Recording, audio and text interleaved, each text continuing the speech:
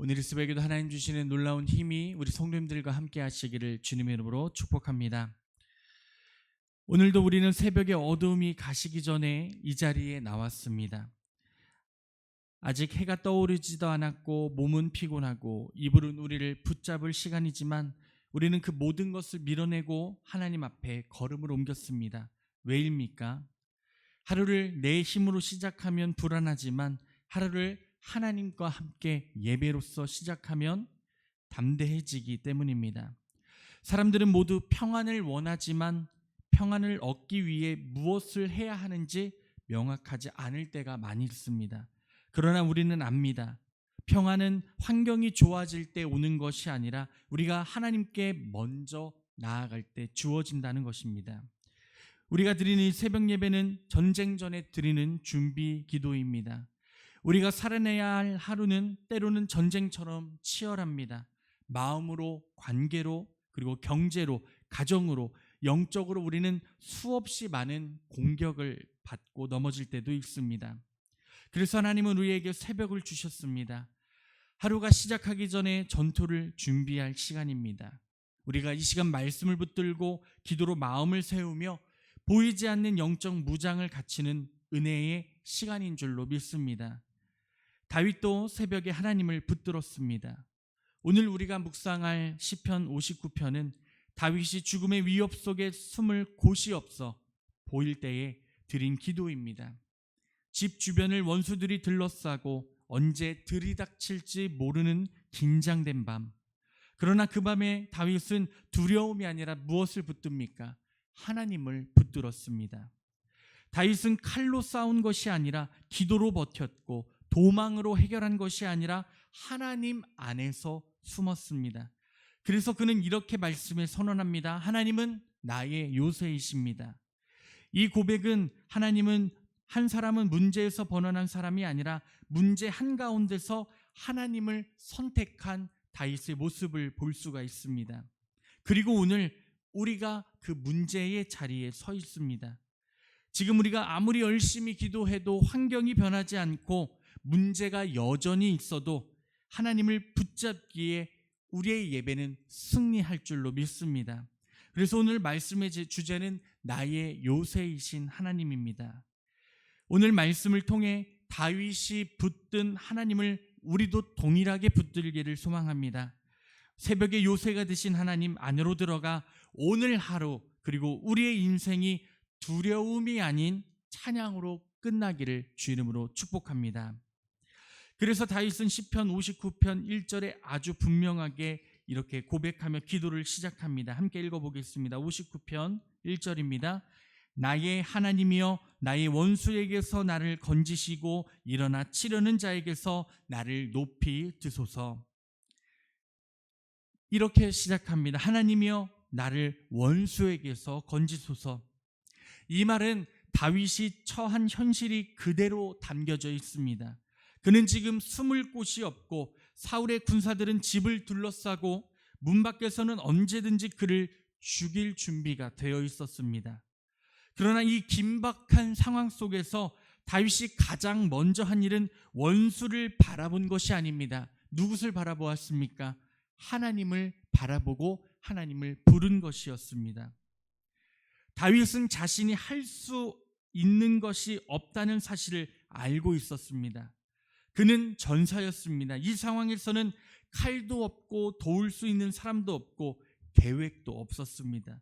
그럼에도 이는 단념하거나 절망하지 않았습니다. 왜냐하면 구원은 내가 만드는 것이 아니라 하나님께 속해 있음을 다윗은 알고 있었기 때문입니다. 그렇게 그는 하나님께 이렇게 부르짖습니다. 주여 나를 높이 드소서. 악을 행하는 자에게서 나를 건져 주시옵소서. 다윗은 원수를 보았습니다. 하지만 그것이 기도의 끝이 아니었습니다. 원수를 보면서도 동시에 누구를 바라보았느냐? 하나님을 바라보았기 때문입니다. 세상의 문제는 실제였지만 하나님도 그에겐 실제였습니다. 두려움도 있었지만 그 두려움보다는 하나님의 능력이 더 컸습니다. 그래서 다윗은 원수의 위협을 인정하면서도 그들의 칼보다, 그들의 방법보다, 숫자보다 누가 하나님이 더 크다는 것을 믿고 인정했다는 겁니다. 우리는 어떻습니까? 우리는 때로는 문제를 크게 바라보면서 하나님을 작게 생각할 때가 있습니다. 하지만 믿음은 그 반대입니다. 문제는 보되 하나님을 더 크게 보는 것이 바로 된 신앙이라는 것입니다. 현실은 느끼되 약속을 더 굳게 붙드는 것입니다. 그 약속이 무엇입니까? 언제나 우리에게 주어지는 하나님의 말씀, 그 은혜를 붙들고 살아가야 한다는 것입니다. 그렇게 다윗의 기도는 단순히 주님 나를 살려주시옵소서라는 외침이 아니었습니다. 그 안에 우리를 구원하시고 우리를 이루실 하나님을 신뢰하는 선언이었다는 겁니다. 하나님이 나를 건지실 것이다. 결과가 보이기 전에 믿음으로 이미 다윗은 그 상황과 결과를 선포하고 바라보며 나아갔던 것입니다. 그렇게 믿음은 결과를 보고 기도하는 것이 아니라 결과를 믿기 때문에 기도하는 것이라는 것을 확신으로 가지시기를 주 이름으로 축복합니다. 길이 없어 보여도 기도하면 길이 열리고, 도움이 없어 보여도 하나님께 부르짖으면 하나님의 이끄심이 나타남을 믿음으로 선포하시라는 겁니다. 그러면 사랑하는 성도님들, 오늘 이 새벽에 이렇게 질문하고 싶습니다. 나의 기도는 문제보다 그 기도를 더 크게 보고 있는가? 하나님을 더 크게 바라보고 있는가? 다윗이 한 것처럼 나도 먼저 무릎 꿇고 하나님께 간구하고 있는가? 내가 해결하는 것이 아니라 하나님의 구원하심을 믿고 기도하고 있는가? 우리가 오늘 하나님께 무릎 꿇을 때에 하나님은 우리를 향하여 일하시고, 우리가 부르짖을 때에 하나님은 응답하시며, 우리가 믿음으로 하나님의 그 길을 바라볼 때 하나님께서는 우리의 길을 만드시고 인도하여 주실 줄로 믿습니다. 그 인도하심을 따라 나아갈 수 있는 우리 믿음의 성도님들 되시기를 주님의 이름으로 소망합니다. 그러면서 다윗은 원수의 공격 한가운데 있으면서도 이렇게 고백합니다. 우리 9절 말씀을 함께 읽어보겠습니다. 9절 말씀입니다. 하나님은 나의 요새이시니 그의 힘으로 말미암아 내가 주를 바라라이다. 아멘. 이것을 다시 말씀하면, 내 힘이여 내가 주께 바라나니 하나님은 나의 피난처입니다 라고 고백하는 겁니다. 여기서 우리는 중요한 말씀의 사실을 발견합니다.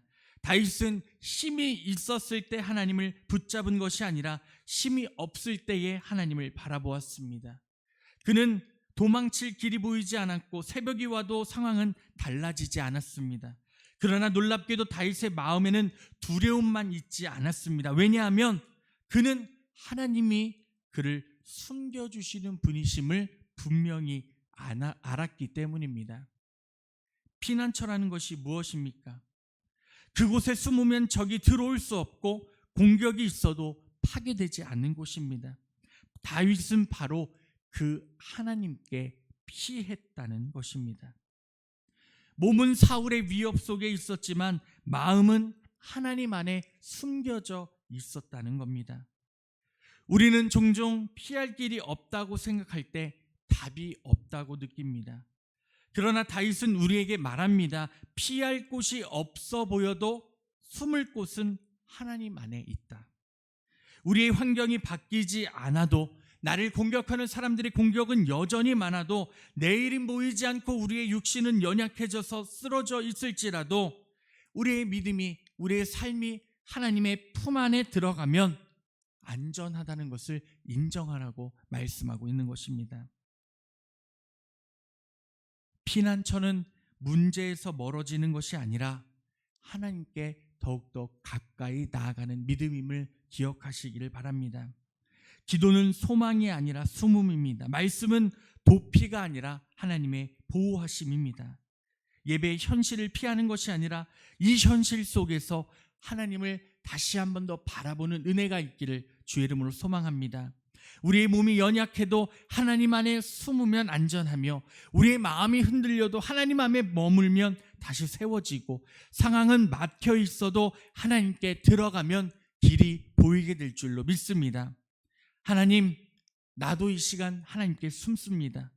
내 감정보다, 내 상황보다, 내 두려움보다 먼저 하나님의 피난처 안으로 들어가오니 우리를 보호하여 주시고, 우리를 보호하여 주시는 그 주님의 놀라운 은혜 가운데 우리의 소망을 이루며 살아가는 우리의 성도님들의 고백이 되시기를 주님의 이름으로 축원합니다. 그러면서 다윗은 마지막으로 이렇게 노래하며 시를 마칩니다. 우리 16절, 17절을 함께 읽겠습니다. 16절, 17절입니다. 나는 주의 힘을 노래하며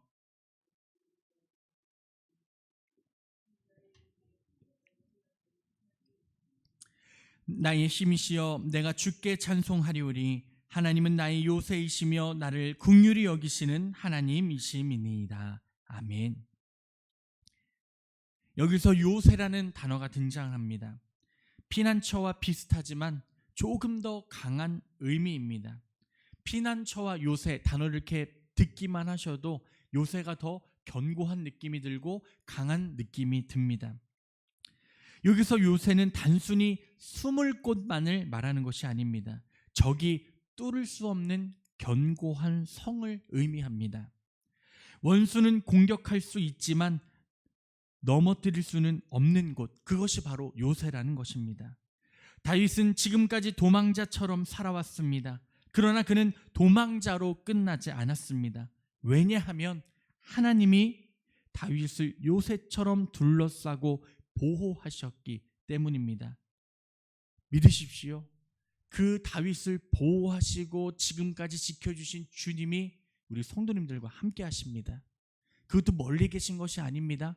우리의 앞에, 우리의 옆에, 우리의 심령 속에 언제나 함께 하셔서 우리를 보호하고 계시는 것입니다.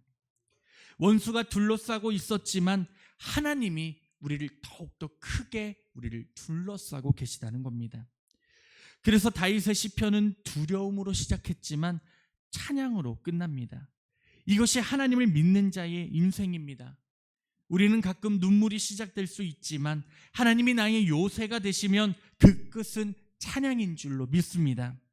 오늘의 괴로움이 시작이어도 내일은 감사가 될 줄로 믿습니다.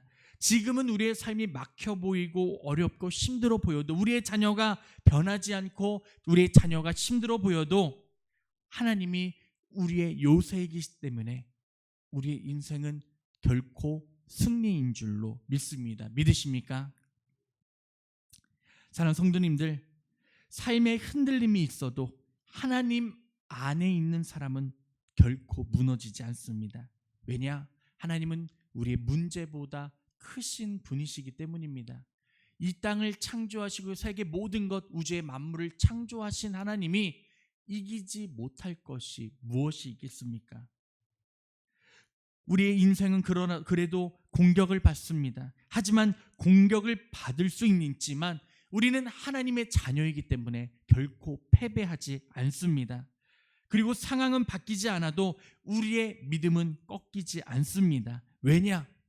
우리는 하나님의 요새 안에서 살아가고 있기 때문입니다.